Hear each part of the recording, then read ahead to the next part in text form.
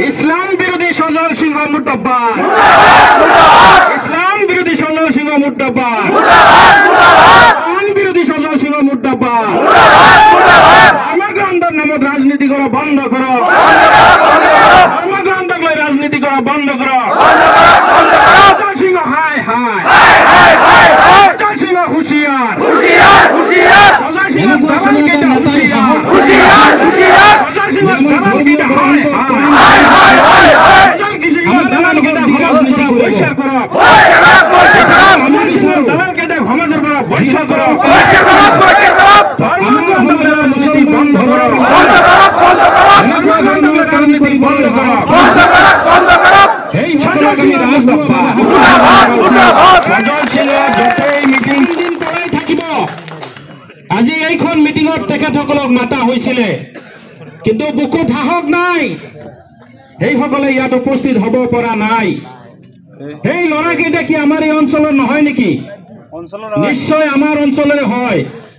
তেওঁলোকৰ ৰাস্তা ঘাট কাম কাজ সকলো আমি বন্ধ কৰি দিব লাগিব। তেখেতসকলৰ গাৰ্জিয়ান যদি ইয়াত উপস্থিত আছে, সেই গাৰ্জিয়ানসকলে তেখেতসকলক ঘৰৰ পৰা উলিয়াই দিব লাগে। যদি ধৰ্মক মানে, যদি কোৰআন শ্বৰীফক সিহঁতে মানে, যদি ইছলাম ধৰ্মৰ মানুহ হয়, তেনেহলে তেওঁলোকক প্ৰথমে ঘৰৰ পৰা বহিষ্কাৰ কৰিব লাগে। কুলাংগাৰ মুছলমান সন্তান আমাৰ সমাজত প্ৰয়োজন নাই।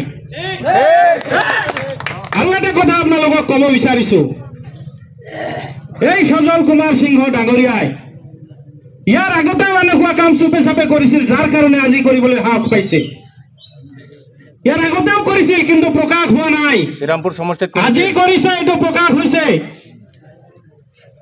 তেওঁ কোৰআন শ্বৰীফৰ বিষয়ে কি জানে, তেওঁ নিজৰ ধৰ্মগ্ৰন্থক মানে নাই, সেইটোৰে ঠিক নাই।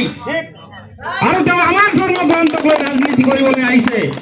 মই ভাবো যিসকল মহিলাই তাত পইচাৰ লোভত গৈছিল, যেতিয়া এনেকুৱা কাৰ্য কৰি আছিল, সজল কুমাৰ সিংহৰ গালত চপ্পল দি মাৰিব লাগিছিল। আমাৰ মানুহ যিসকল তাত আছিল, তেখেতসকলকে একে শাস্তি প্ৰদান কৰিব লাগিছিল। তেতিয়াহে আমি ভাবিলো হয় যে আমাৰ মহিলাখিনি সজাগ আছে। মাত্ৰ 2000 টকাৰ কাৰণে নিজৰ ধৰ্মগ্ৰন্থত হাত দিবলৈ দিছে। ইমান সাহস তেওঁক কোনে দিছে? আমি জীয়াই থকালৈকে এইসকলক ক্ষমা কৰা নহ'ব। এই ইছলাম ধৰ্মগ্ৰন্থখন আমি এনেই পোৱা নাছিলো। এই ধৰ্মগ্ৰন্থক সকলোৱে সন্মান কৰে, ই মুছলমানেই হওক কি বেলেগ ধৰ্মই হওক। বিশ্বৰ বুকত 1 নম্বৰ ধৰ্মগ্ৰন্থ যি, সেইটো লৈ ৰাজনীতি কৰিব এই বিজেপি দলক আমি কেতিয়াও আশ্ৰয় প্ৰশ্ৰয় কোনোটাই নিদিওঁ। এই সজল কুমাৰ সিংহক আমি দেখুৱাই দিব লাগিব, তোমাৰ যি ভণ্ড ৰাজনীতি, মানুহক দেখিলেই ভৰিত ধৰা, মানুহক দেখিলেই বহুত ধৰণৰ মিলা প্ৰীতিৰ কথা কোৱা, এনেকুৱা ভণ্ড নেতাক আপোনালোকৰ অঞ্চলৰ পৰা পহু খেদা দি পলাব লাগিব। যেতিয়াই তেওঁ আমাৰ মাজত আহিব, আপোনালোকে দলে বলে ওলাই গৈ সেই ভণ্ড নেতাজনক চেণ্ডেল দি দলিয়াই দলিয়াই এই অঞ্চলৰ পৰা বিদায় দিব লাগিব। আৰু এটা সংকল্প ল'ব লাগিব যে আমি আজিৰ পৰা এটা সিদ্ধান্ত গ্ৰহণ কৰিম, এই সজল কুমাৰ সিংহ যিটো ঠাইত যাব আমাৰ মুছলমান এলেকাত, সেইটো ঠাইৰ পৰাই তেওঁক পহু খেদা দিয়া উচিত।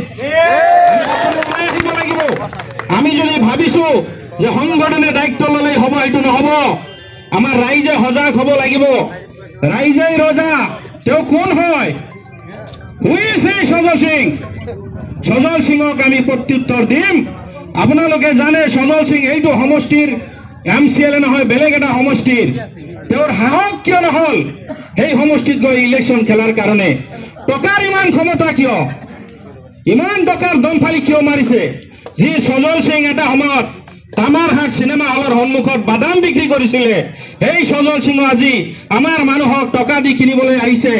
তেওঁক আমি প্ৰত্যুত্তৰ দিয়া উচিত।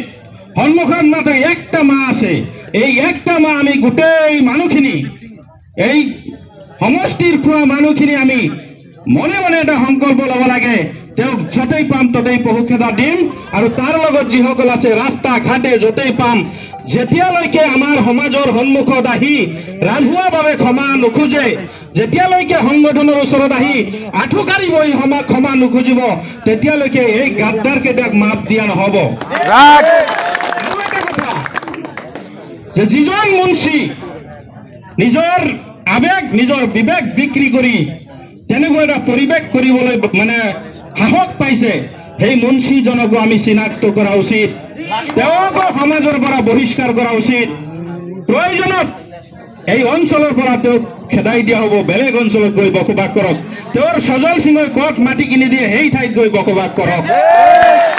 আমাৰ সমাজত জাগা নহ'ব। তুমি সমাজত মুন্সীগিৰি কৰিবা আৰু নিজৰ ধৰ্মগ্ৰন্থক সন্মান নকৰি নিজৰ ধৰ্মগ্ৰন্থৰ লগত ৰাজনীতি কৰি 2-3টা পইচাৰ কাৰণে তুমি ইমান দূৰ লৈ যাবা আৰু তোমাক মুছলমান সমাজে এৰি দিব নেকি? আমি যদি মুছলমান হিচাপে নিজকে পৰিচয় দিব বিচাৰো তেনেহ'লে ইয়াৰ জবাব দিব লাগিব সকলো মুছলমানে। আৰু যদি আমাৰ ৰক্ত নাই, আমাৰ শৰীৰত যদি ৰক্ত নাই, মুছলমানৰ তেজ নাই, তেনেহ'লে আমি ঘৰত চুপচাপ বহি থাকিম। যদি মুছলমানৰ ৰক্ত আছে তেনেহ'লে আমি কোৰআন শৰীফৰ কাৰণে নিজৰ জীৱনটো দিয়াৰ কাৰণে ৰাজপথ লাগে না কোৰ্ট লাগে ওলাই আহি অসমৰ ভিতৰত আমাক বহুত অত্যাচাৰ কৰি আছে। সেইখিনি আমি মানি লৈছো যে কিছুমানৰ মাটি নাই, মাটিৰ পৰা উঠাই দিছে, তাৰ এটা ব্যৱস্থা হ'ব। কিন্তু সেই বুলি আমাৰ ধৰ্মগ্ৰন্থ লৈ ৰাজনীতি কৰিব আৰু তেওঁক আমি হুদাই এনেই এৰি দিম, এইটো কেতিয়াও সম্ভৱ নহয়। আমাৰ কাৰণে সিহঁতে সাহস পাইছে, আজি ইয়াত আহিবলৈ কোৱা হৈছে, অহা নাই। কালি যদি তেওঁক আমি দেখি চালাম কালাম অমুক তমুক ভাল আছে কেনে আছা সুধিবলৈ আৰম্ভ কৰো আৰু যদি ইয়াৰে পৰা 2-এজন গৈ কওঁ যে অমুক আহিছিল তমুক আহিছিল তোমাৰ বিৰুদ্ধে এনেকুৱা কৰি ক'লে, কিন্তু আমি কিন্তু এনেকুৱা নকৰো, আমি তোমাৰ লগত আছো, তেওঁ এজন কাফেৰ বুলি মই কৈ দিছো। নিজৰ ধৰ্মগ্ৰন্থক যিয়ে সন্মান কৰিব নাজানে সি কেতিয়াও ইছলাম ধৰ্মৰ আওতাত থাকিব নোৱাৰে। আৰু যিজনে 5 ওয়াক্ত নামাজ পঢ়ি মুন্সী মানুহ যদি 5 ওয়াক্ত নামাজটো নিশ্চয় পঢ়ে, তেনেকুৱা মানুহক কেনেকৈ আমি মানে বিশ্বাস কৰিম যে তেওঁৰ দ্বাৰা এনেকুৱা কাম হ'ব পাৰে? এইটো সম্ভৱ নেকি? গতিকে এই চালানী সজল সিং এই মানুহটোৱে আমাক প্ৰলোভন দি টকাৰ লোভ দেখুৱাই সাধাৰণ শ্ৰেণীৰ মানুহক ৰাজনীতি কৰি নিজৰ ধৰ্মৰ লগত গাদ্দাৰী কৰিবলৈ বাধ্য কৰিছে।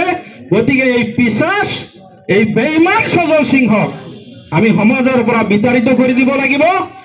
বিজেপি চৰকাৰে যাতে অসমৰ দিছপুৰৰ পৰা গম পায় যে সজল সিংহ এটা বেঈমান, সজল সিংহ মুছলমানৰ ধৰ্মগ্ৰন্থক লৈ ৰাজনীতি কৰিছে, মুছলমানসকলে তেওঁক বয়কট কৰিছে। ইয়াত হিমন্ত বিশ্ব শৰ্মাৰো কোনো কথা নাথাকিব। সকলো মানুহৰ ৰাজনীতি কৰাৰ অধিকাৰ আছে। তুমি এনেকুৱা ধৰণৰ নিজ মনোভাৱৰ ৰাজনীতি কৰিবা আৰু মুছলমান সমাজে তোমাক ক্ষমা কৰি দিব, এইটো কেনেকৈ সম্ভৱ হ'ব পাৰে? আজিও এই মানে পৃথিৱীৰ বুকুত এনেকুৱা ব্যক্তি আছে কোৰআন শৰীফেৰ কাৰণে নিজেৰ জীবন এক মুহূৰ্ততে দিয়াৰ কাৰণে কোনো ধৰনেৰ কুণ্ঠাবোধ নকৰে এনেকুৱা বহু যুবক বহু মানুষ আছে। আজিও যদি কাৰবালাৰ ময়দান হয় আমি শহীদ হওয়াৰ কাৰণে সাজু আছো। এনেকুৱা বেঈমান সজল সিংহ বেঈমান অমুক তমুক যিয়েই নাথাকক কিয় তাক আমি কেতিয়াও ক্ষমা নকৰো। কোন হয় সজল সিংহ? ইমান ডাঙৰ সিদ্ধান্ত লোৱাৰ কোন হয়? তেওঁ মুছলমানসকলৰ অভিভাৱক নেকি? তেওঁ মুছলমানসকলৰ গাৰ্জিয়ান নেকি? মুছলমানসকলৰ তেওঁৰ ওচৰত বন্ধক থোৱা হৈছে নেকি? মুছলমান ধৰ্মখন তেওঁৰ পৰিচালিত কৰিব এইটো আমি মানি ল'ম নেকি? গতিকে আপোনালোকে সজাগ হ'ব লাগিব। আমি ইয়াত আহিছো, আমি ইয়াৰ পৰা গুচি যাম, আপোনালোকে ইয়াত থাকিব। আপোনালোকৰ এটা মানে অঞ্চলৰ দুই এটা লৰাই এনেকুৱা ধৰণৰ ভণ্ডামি কৰিব, আপোনালোকে চুপচাপ থাকিব। কালি দেখিব আপোনালোকৰ পৰা আৰু দুই এজনে ওলাই গৈছে। এনেকুৱা এদিন আহিব সিহঁতৰ সংখ্যা বেছি হৈ যাব। গতিকে আজি সজাগ হোৱাৰ সময় হ'ল। আমি সময় থাকোঁতে ইয়াৰ যোগ্য প্ৰত্যুত্তৰ দিয়া উচিত। যদি নিদিওঁ আল্লাহ তাআলাই আমাক ক্ষমা নকৰে, এইটো আপোনালোকে জানি থওক। গতিকে আপোনালোকৰ সন্মুখত মই বেছি কথা নকওঁ, ইতিমধ্যে বহুতে বহুত কথা কৈছে। ইয়াত এটা কথা মই আহ্বান কৰিম, কোনে কি দল কৰিছে কৰক, কোনে কি সংগঠন কৰিছে কৰক, কিন্তু জাতীয় স্বাৰ্থত ধৰ্মৰ স্বাৰ্থত আমি কিন্তু এটা ঠাইত এটা প্লাটফৰ্মত অহাটো উচিত। মই যদি নিজৰ স্বাৰ্থ ভাবো, আপোনালোকে যদি আপোনালোকৰ স্বাৰ্থ ভাবে, আমাৰ ধৰ্ম কেতিয়াও টিকি থাকিব নোৱাৰে। এই বিজেপি চৰকাৰ যি কুচক্ৰান্ত কৰিছে, তেখেতসকলে যে কৈছে যে অমুক চনৰ পিছত ভাৰতবৰ্ষত মুছলমান আমি নাৰাখো, চব হিন্দু বনাই দিম, এইটো তাৰে এটা কুষড়যন্ত্ৰ, হয়নে নহয়? আমাৰ ধৰ্মক আঘাত কৰিছে, আমাক মানে বিবেক বিক্ৰী কৰিবলৈ বাধ্য কৰাইছে।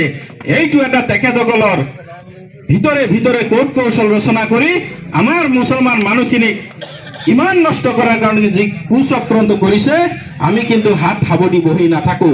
মই আহ্বান জনাইছো, যিসকল মহিলাই সেই ঠাইত উপস্থিত আছিল, লগে লগে সেই মহিলাসকলে যদি তাত প্ৰত্যুত্তৰ কৰি চেণ্ডেলেৰ মানে সিহঁতক কোবালে হয়, আমি অঞ্চলৰ ৰাইজে তেখেতসকলৰ লগত থাকিলো হয়। আজি আহ্বান জনাইছো, তেখেতসকলৰ গাৰ্জিয়ান যদি ইয়াত আছে, আজিৰ পৰা আৰম্ভ কৰি যেতিয়ালৈকে সেই দুষ্কৃতিকাৰী কেইটাই, সেই বেইমান কেইটাই শাস্তি নাপাব, সেই মহিলাসকলেও আমাৰ লগত থাকিব লাগিব। নহলে ৰাতিৰ আন্ধাৰত গৈ টকা ল'বলৈ গৈছে, যদি আমাৰ লগত নাথাকে তেখেতসকলৰ শাস্তিৰ ব্যৱস্থা কৰা হ'ব। এইখিনি কৈ মই আপোনালোকৰ সন্মুখত এটা কথা ক'ব বিচাৰিছো। ইতিমধ্যে সভাপতিয়ে কৈছে, আমি আমাৰ